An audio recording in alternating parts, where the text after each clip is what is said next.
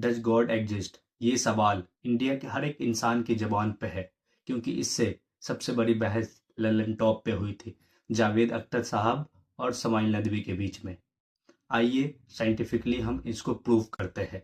Does God exist? अगर अल्लाह नहीं होते तो कॉन्शियसनेस भी नहीं होता। जरा सोचिए और खुद से एक सवाल कीजिए।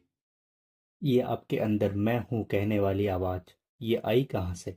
ये आँख नहीं बोलती, ये कान नहीं सोचता, ये न्यूरॉन अपने आप से सवाल नहीं करती। चलो मान लो दिमाग एक मशीन होता है, बट मशीन को तो ये एहसास नहीं होता है कि वो मशीन है।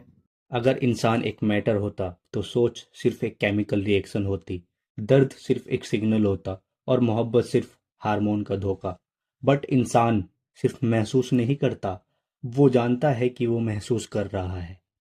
यही है कॉन्शियसनेस। अब जरा सोचिए। एटम को कोई मतलब नहीं होता, इलेक्ट्रॉन को कोई मकसद नहीं होता, केमिस्ट्री को कोई कुछ क्यों नहीं पता। तो फिर ये मीनिंग कहाँ से आया? ये पर्पस कहाँ से आया? ये सही और गलत का एहसास कहाँ से आया?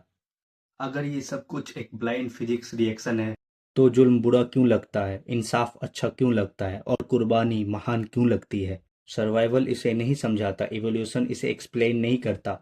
यहीं पर कुरान एक ऐसी बात कहता है जिससे सारी फिलॉसफी समाज चुप हो जाते हैं। वो तुमसे रूह के बारे में पूछता है तो कह दो, रूह मेरे रब के हुक्म से है। यानी कॉन्शियसनेस जिस्म का बाय प्रोडक्ट नहीं है, ये रूह से जुड़ी हुई एक रियलिटी है। रूह क्रिएटेड है लेकिन मटेरियल नहीं।